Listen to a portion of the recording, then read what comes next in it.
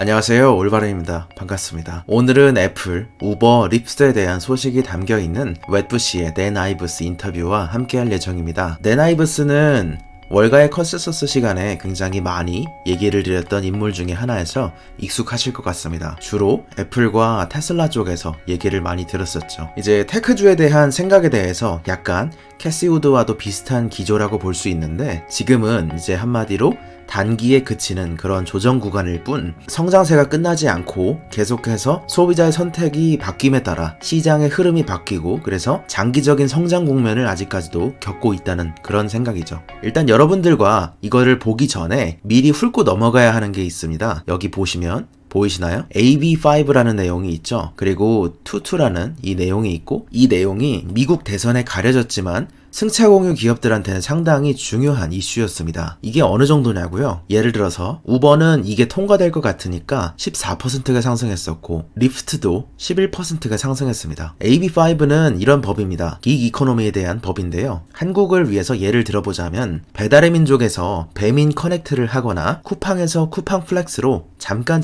일하는 그러한 상황을 말합니다. 아마 여러분들도 많이 들어서 아실 것 같아요. 수요가 있을 때만 짧게 일하는 이러한 새로운 노동시장에 있어서, 이거를 원래는 독립적인 계약자로 있었는데 이제 노동법적인 보호가 약하므로 이분들을 이제 피고용인으로 바꾸자, 그렇게 분류하자는 주장이 이었습니다. 그리고 이것이 2019년 7월 10일 캘리포니아주의 상원 고용위원회를 통과하게 되었었죠. 이 법을 만들기 위해서 이분들이 고민했던 노력들을 한순간에 설명할 수는 없겠지만, 단순하게 조금 설명을 해보자면, 우버와 립스트에게는 캘리포니아에서 사업을 접어야 하는 게 아닌가 이럴 정도로 고민하게 했던 법입니다. 바클레이의 연구에 따르면 이 법안이 통과될 경우에는 우버와 립스트의 운전기사들이 아까 얘기 들었듯이 피고용인으로 분류되기 때문에 각각 14만 명, 8만 명 정도의 운전기사에게 각종 세금들로 1인당 연 3,625달러를 추가로 지출해야 했기 때문입니다. 그래서 우버의 경우에는 이 예상되는 손실이 연간 44억 달러로 예상되었습니다. 또한 캘리포니아는 이러한 긱 이코노미의 중심인 만큼 이들이 이제 다른 주로도 번지게 될 것이 두려운 그러한 내용이었습니다. 우버나 립스트처럼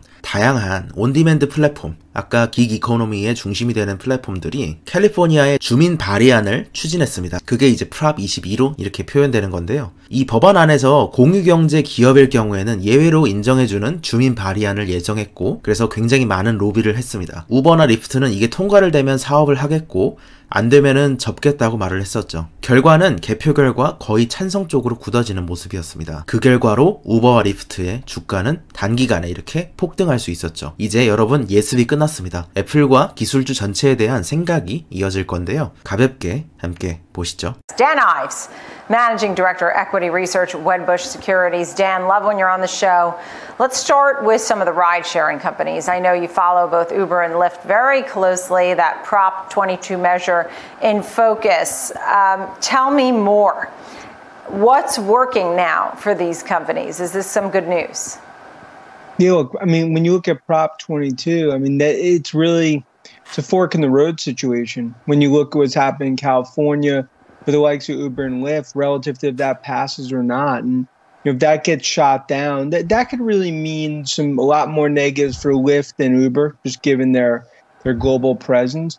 But it would be a gut punch for the gig economy. And ultimately would probably get fought through the court system. But I'd say going into tonight, from a tech perspective, this is really front and center. You know, a win there for gig economy, that could be worth 10 to 15% upside to those stocks off the bat. For both of them, for both Uber and Lyft, at least for the near term? Yeah, I'd say both. Maybe a little more incremental for Lyft, just because it's domestic, a little more exposed in California.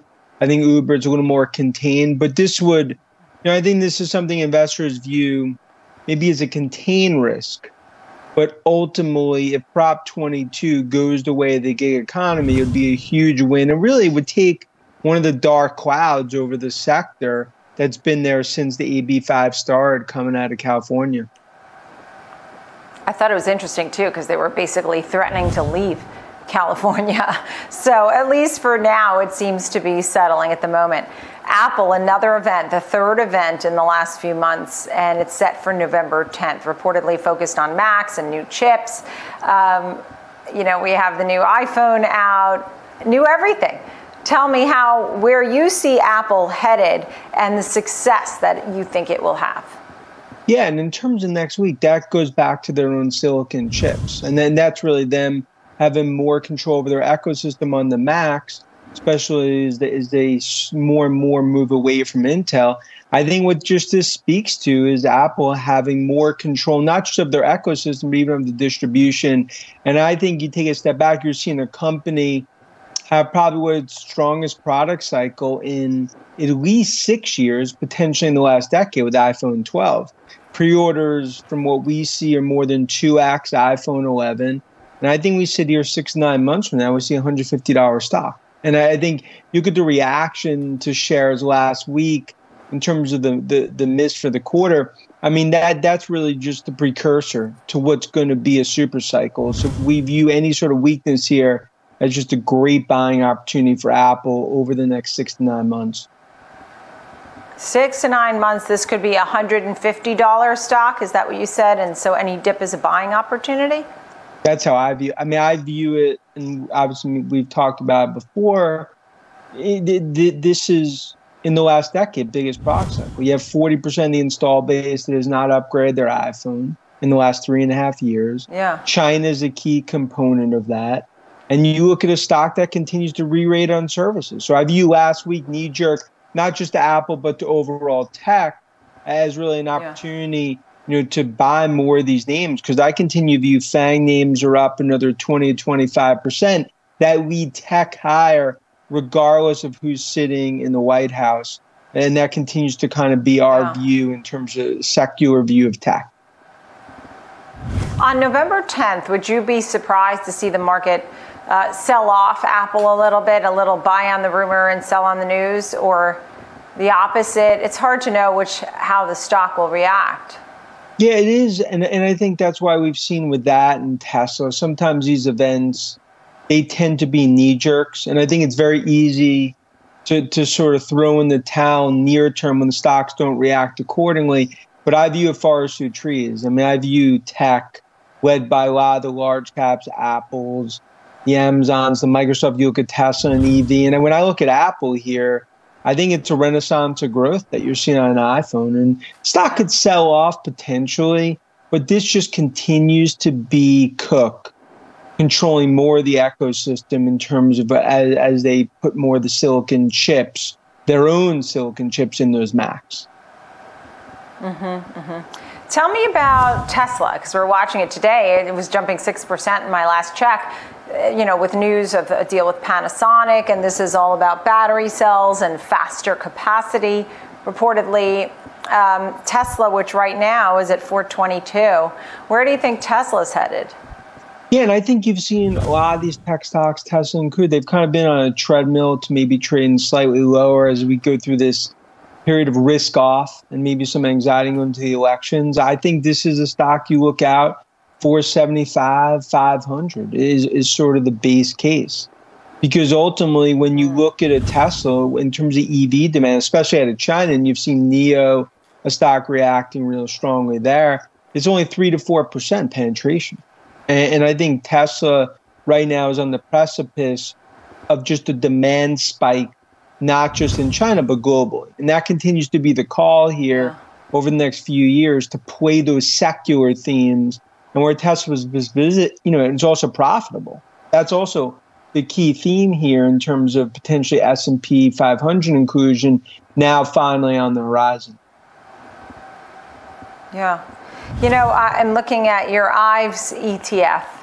I love that you have one named just after you. It's an exciting group of stocks, and it's pulled back a little bit since mid-October. Tell me where you think that's headed. I know that it has a lot of the cloud names in it. A little bit about the IVES ETF, Dan.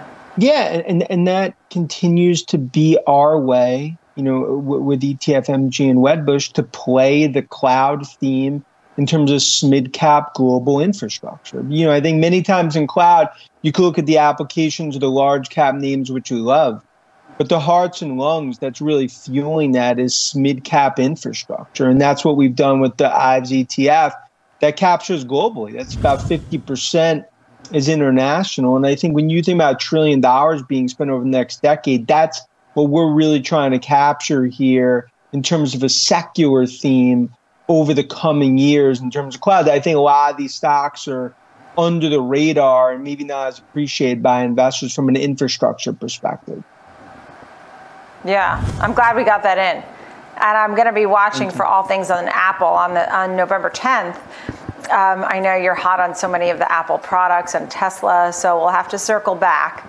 But you certainly still sound optimistic. I guess this is all regardless of who wins this election today. Is that right? Quick thought? I mean, to me, tech stocks are up 10 to 15% higher through year end, regardless of a Biden or Trump presidency. I look out a year from now, 20 to 25% tech stocks. Secular growth themes, you cannot deny them. There's a lack of it's a re-rating in tech, and I think anything we've seen over the last month is just a short-term pause in terms of what I view as a buying opportunity for tech. I think people have been really stressed about this election more than any other election, and you just threw some nice confetti for everybody, Dan, making them feel a little better regardless. Thank you. Dan Ives, always Thanks, nice John. to see you. Thank you. 여러분의 생각은 어떠신가요? 여러분들도 이제 잘 아시겠지만 웨드부시의 댄 아이브스는 기술주에 대해서 강력한 지지자들 중 한 명입니다. 그런데 이제 한편 저도 이게 시장 자체가 바뀌는 흐름이라는 생각은 같습니다. 특히 제가 어떤 분인지 기억을 잘 안 나는데 지금과 같은 M&A 시대에 암드가 자일링스를 인수하고 엔비디아가 ARM을 인수하듯이 이제는 빅테크 기업들의 시가총액 그 자체가 또 하나의 펀더멘탈이라는 그런 얘기도 되고 있습니다. 알파벳이 그렇듯이 시총이 크니까 주식을 대상으로 원하는 기업을 인수할 수 있기 때문이죠. 전적으로 공유한다는 것은 아니지만 새로운 시각인 것 같습니다. 이제는 네바다에 6명을 남겨두고 있는 시점에서 사실상 대선은 바이든에게 기울어지는 모습입니다. 여러분들이 좋아하실 내용일 수도 있고 여러분들이 싫어하실 내용일 수도 있습니다만 그래도 상원에서는 블루웨이브가 일어나지 않고 공화당이 지킬 듯 보여서 이러한 점에서 기술주들은 단기적으로 안심하는 모양새입니다. 오늘도 그러면 좋은 하루 되시기 바랍니다. 감사합니다. 올바르였습니다.